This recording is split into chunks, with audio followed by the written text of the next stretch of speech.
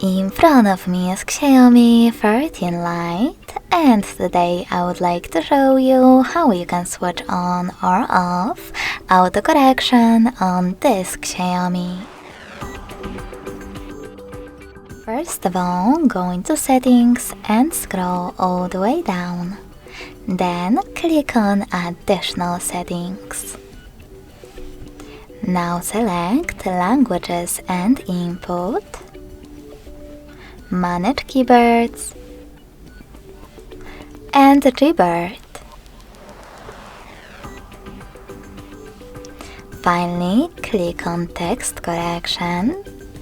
Scroll down just a bit and click on this switcher next to autocorrection to turn it off or on.